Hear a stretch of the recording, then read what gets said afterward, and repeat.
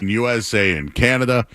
And then once that ends, we'll have extended coverage until 1 a.m. here on 98.5 The Sports Hub. So myself and Skaz, we're going to be here all night long during the Celtics. We'll have your Celtics reaction.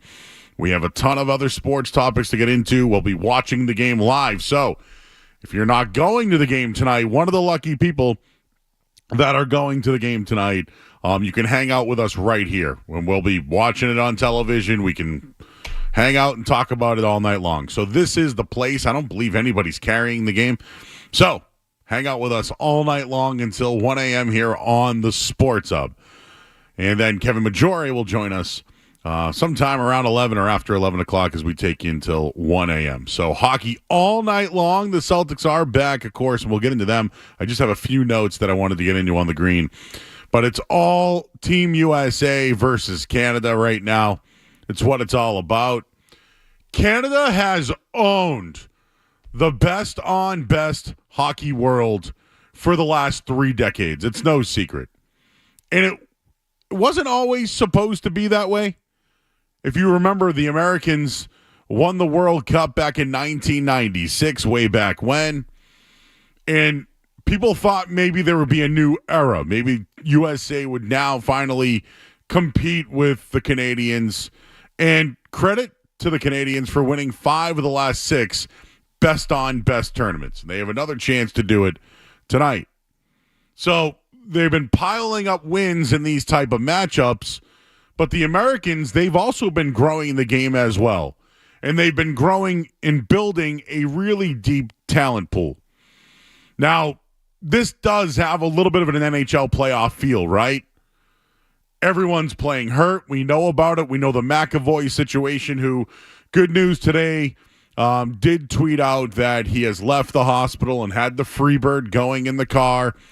Plenty of players right now are dealing with a bad flu that's going around. There's health issues on both teams.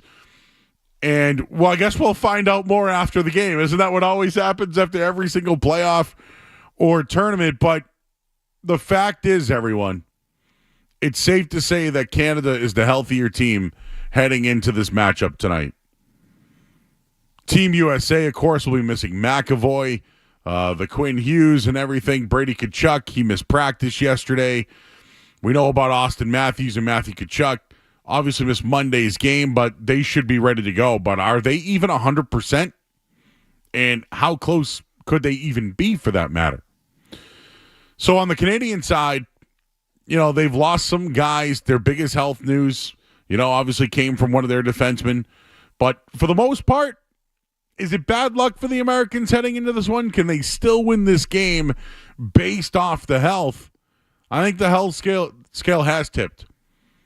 And as this tournament has worn on, I think it does favor the Canadians. So I want to build this up as an underdog story. This is still Canada, who have won 5 of the last 6 best on best tournaments. Now it's on American soil in Boston. Couple of things regarding Team USA quickly. Austin Matthews hasn't scored a goal yet. Either is Jack Hughes. I believe they both just have a single assist, which came on the same goal in the game. And that was in the 6-1 win earlier on. Kyle Connor's lone point was another assist. That came in that game. JT Miller really hasn't done much. He did punch himself in the face, but maybe that's to get himself going. But the blue line has struggled as well. They're not producing anywhere near there. Adam Fox has struggled. Even the Tkachuk brothers, Jack Eichel. They were awesome in the opener. Everybody was awesome for Team USA in the opener. They've gone cold. To really put it into perspective, the Americans have had one big period where they ran up the scores. And that was against the last place team in the tournament. So other than that, they've been relying on what? Goaltending and low-scoring hockey.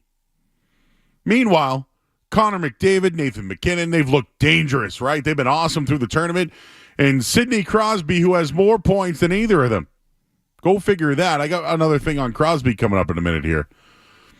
But if it is a championship showdown, and it's about your best young players being at their best, well, somebody should let Team USA know that they haven't done anything since the first game.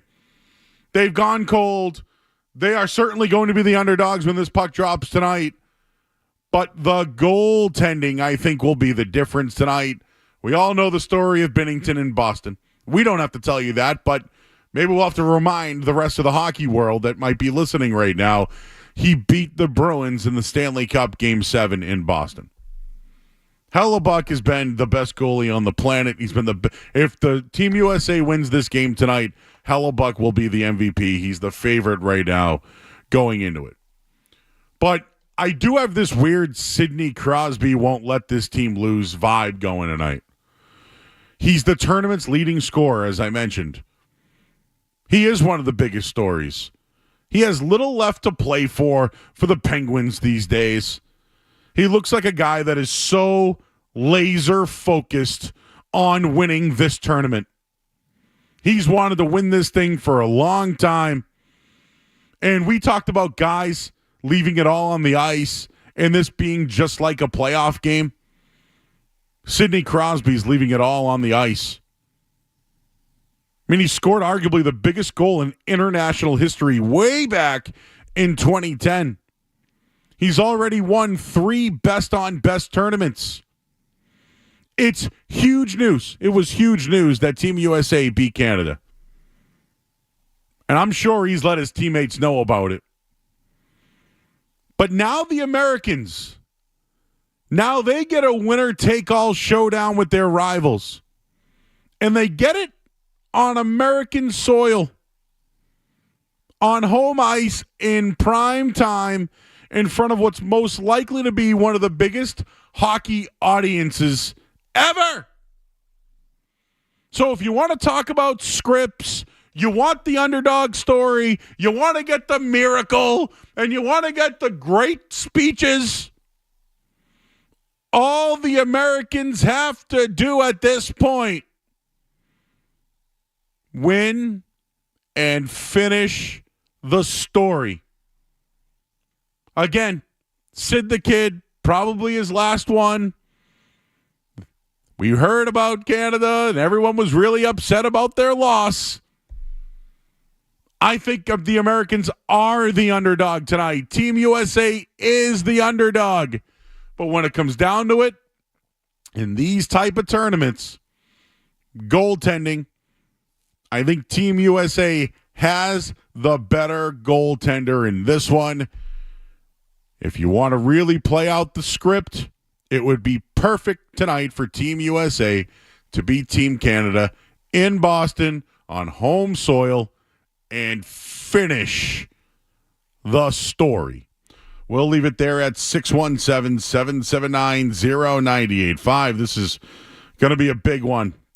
And when I think about it, and I went to Army Navy about a year ago, there's been some huge, last year was the NBA Finals. I can't remember a game, whether it's exhibition or not, with this type of just eyes. Meaning young kids, right? 8-year-olds want to know what's happening tonight. There are people that are going to watch this thing just because they heard other people talking about it. Hockey right now, this is one of the highest stages I think they've ever been in. We all talk about the miracle team and all that. This has a chance tonight to go down as one of the best teams, wins, you name it. It is huge for Team USA to pull out this win with all the injuries, the flu, and everything that's going on to beat this Canadian team. And while they have a chance to finish their story, we do have a giveaway. Caller number 10 right now to the contest line at 617-931-0985 will score a pair of tickets to see Nikki Glazer this Sunday at the Box Center on her Alive and Unwell tour. Her first 5 shows this weekend are sold out. Limited tickets are available for their 6th show. So get yours before they're gone at boxcenter.org. Again, caller number 10 right now to the contest line. You can certainly weigh in on tonight's game. I do have a few Celtics notes, and we'll hype you up. And then we'll hand things off to Grandy and Max coming up at 6:30. We'll break right now. I'm Joe Murray here on 98.5 The Sports Hub. go anywhere.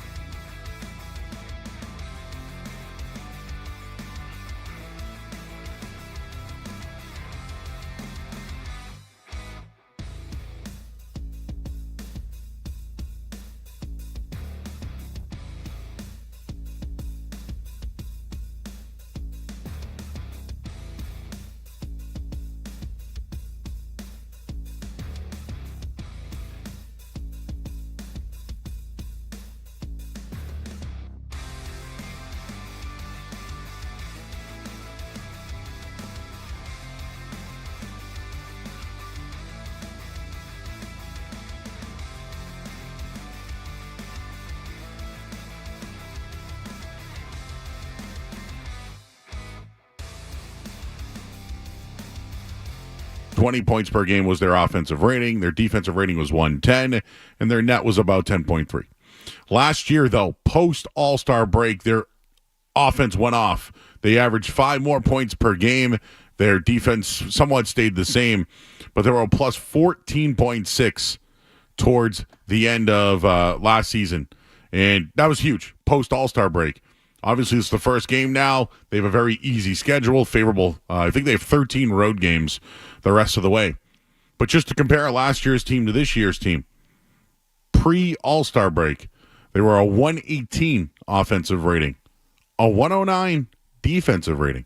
So they actually gave up 1 less point, scored 1.5 points less, and the net rating was 9.2. So they're about a point off net rating from a year ago. It's very consistent. They're on track for the repeat. I know people think that's green teaming. It's not. It's just stats. Those are facts. They're stats, and they're facts. So I just wanted to bring that up. Another reason why they went off last year post All-Star break is because of Jaylen Brown. Jaylen Brown's pre-All-Star break numbers a year ago, 22 points per game. He averaged about just under 11 points per game in the paint and about 4 fast break points per game. Post All-Star break last year, he averaged 26 points per game, 4 points higher. He averaged almost 14 points per game in the paint, 4 points higher, and 5.2 fast break points per game. It was number 1 in the NBA post All-Star break. He absolutely turned it on last year and was the reason why they got over the hump and was the reason why he was Conference Finals MVP and NBA Finals MVP. Just to give you the pre-Jaylen All-Star break in this season, 22.9 points per game, slightly higher than last year's. 11.2 points per game in the paint, right on pace from last year. His fast break points have gone down significantly. So I would look for that to change for Jaylen Brown when it comes to the second half post All-Star break. These are the numbers, and I looked them up from the year before. Last year was his biggest jump. I would expect another huge jump for Jaylen Brown heading into the post All-Star break. And just one other thing, the first 23 games of the year this year, the Celtics from 3, they went 19-4 those first 23 games. They were number 1 in the NBA in makes at 19. They were shooting 37%. It was 9th in the league. Well, they struggled their next 24 games. They went 13-11. Their makes went from 19 to 16, second in the league. Their percentage went from 37 to 35 to 20th in the league. But their last 8 games, that was a funk, no doubt about it. That was a funk. But their last 8 games, they're 7-1, making about 18 threes per game. Number 1 in the NBA, and they're shooting 39% from 3 their last 8 games. 4th in the NBA. Now, if they play like they did in the middle of that run, they're an average team. They're still top 5 in offense and defense when it comes to that. I expect a huge second half, and there's going to be nights off for guys. Peyton Pritchard's numbers will probably scale back a bit. We also got an update last night from Noah Dalzell, who joined us from CLNS. Drew Holiday's ready to go tomorrow night. Or tonight, actually. Sorry, tonight. I know, she said it last night, so that's why I was thinking that. And so I just wanted to just throw that in there when it comes to the Celtics. And, of course, leadoff take brought to you by ESPN Bet Sportsbook. All our leadoff takes are brought to you by ESPN Sportsbook. And my leadoff take is get ready for the repeat. The Celtics are ramping up with plenty of home games and should take care of business tonight on the road against the 76ers. Getting back to the Team USA, Team Canada final. Who should win tonight? What have we learned? Well, I just gave it to you. One team's more healthy than the other, but one goalie has been better than the other. And I do think that on the Canada side, their star players are really getting going. Sidney Crosby's been the best. I think he wants to close it out with a win tonight. I think, although I do have this thing about recency bias, They had to get the empty netter to win the last game 5-3. They have been giving up goals. I mentioned that Team USA has been cold offensively. They had that one big game. Since then, they've been cold. Everyone knows what's on the line tonight. Everybody does. I think the script has been perfect for Team USA, and all they have to do right now is win. So we'll leave it there at 617-779-0985. Skaz, you might have to pot him up for me. Looks like we got Steve in the car. What's going on, Steve? You're on the Sports Hub. So as good as Hellebuck is, he's kind of like American Tuca. The bigger the game, the worse he plays. He's got a history of really not playing great in the biggest of spots. So I'd just be a little worried there. Where did you say? I mean, can you bring up some games? They actually mentioned it in the broadcast the other night, but he would when his team, when they won, the President's Trophy, and he was, they went to a Game 7 and he totally tanked. Then he got bounced in the first round after, an incredible season. They lost 4 or 5 in 4 or 5 games to the number 8 seed. Yeah. So he's really got some issues when it's really on the line. I appreciate it. What do you got tonight? Who do you think wins? I honestly, as much as I hate to say it, I think Canada just has too much firepower. Agree. I agree with you, but I think they should play up the underdog role. Play it up. You're on home soil. Yeah, definitely. You're on home soil. You already beat them in Canada. And Skaz, if you could pot him down for me, I don't have my call screener working out right now. All right, so I did look it up. Connor Hellebuck, his last 6 playoff games. Again, this feels like a playoff game, right?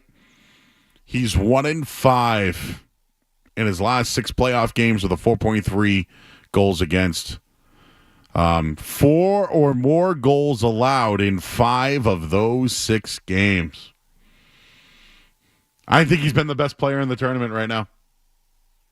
I think he's been the best player. I want to back Team USA for the simple fact that I think everything's against them tonight. The Sidney Crosby thing, he wants this thing. He wants it. He's been talking to his players. He leads everyone in points in this tournament. Skaz, I'll bring you in before we hand things over. What do you got tonight? How do you forecast this thing? Yeah, I think it's unfortunately Team Canada tonight, Joe. Cal McCarr's back, McAvoy's out. Team Canada, I don't want to say embarrassed, on Saturday night in Montreal, but I think Team Canada comes out and they are more than ready for this one, unfortunately, for Team USA. I just think the overall talent on that roster is too much.